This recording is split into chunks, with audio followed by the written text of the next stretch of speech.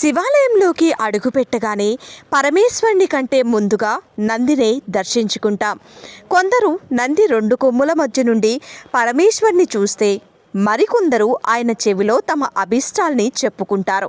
నంది పరమేశ్వరునికి ద్వారపాలకుడు కాబట్టే ఆయనకి అంత ప్రాముఖ్యత. పరమేశ్వరునికి అనుంగ భక్తుడు నందీశ్వరుడు. అందుకనే ఆలయ కారకుడు నందిని తన వాహనంగా చేసుకున్నాడు. ప్రతి శివాలయంలోనూ శివలింగానికి ఎదురుగా నంది విగ్రహం ఉంటుంది. ఆలయంలోని మూల విరాటు దర్శనం చేసుకునే సమయంలో మనస్సుని భగవంతునిపై కేంద్రీకరించాలి. అందుకే గర్భాలయంలో చాలా చిన్న అఖండ దీపారాధన మాత్రమే వాడతారు. మరే ఇతర దేవాలయాల్లోనూ లేని విధంగా శివాలయంలో మాత్రమే నంది కొమ్ముల మధ్య నుండి శివలింగాన్ని చూస్తారు. సాధారణంగా శివాలయానికి వెళ్ళినప్పుడు మనం ఆలయానికి ప్రదక్షిణ చేసి పరివార దేవతల దర్శనం చేసుకొని పరమశివుణ్ణి దర్శించుకుంటాం. కొందరు భక్తులు నందీశ్వరునికి నమస్కరించి వెళ్ళిపోతారు.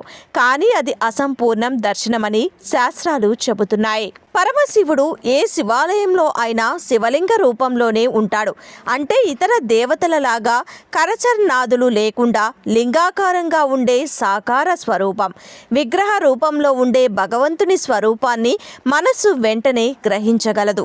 కానీ లింగ రూపంలో ఉన్న పరమశివుణ్ణి చూస్తూ స్వామి నిజరూపాన్ని దర్శించడానికి దృష్టిని మనస్సుపై కేంద్రీకృతం చేయాలి.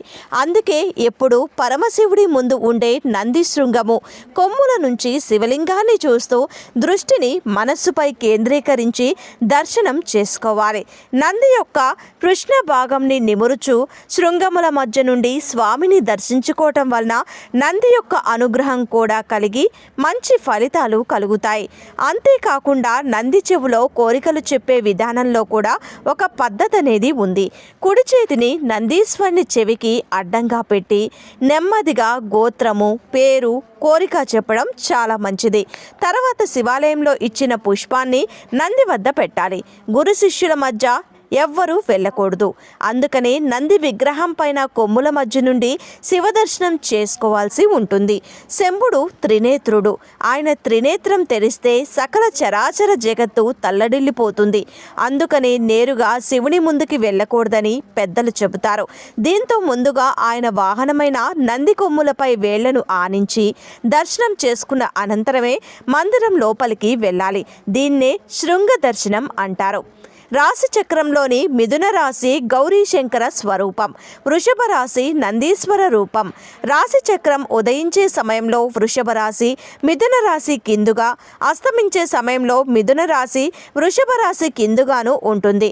ఆ కారణం వల్లనే శివుడు వృషభ వాహనుడు, వృషభధ్వజుడు అయ్యాడు. వృషభం యొక్క వృషభ భాగాన్ని సృష్టిస్తూ శివుడిని దర్శించటం వలన విధి విహితం.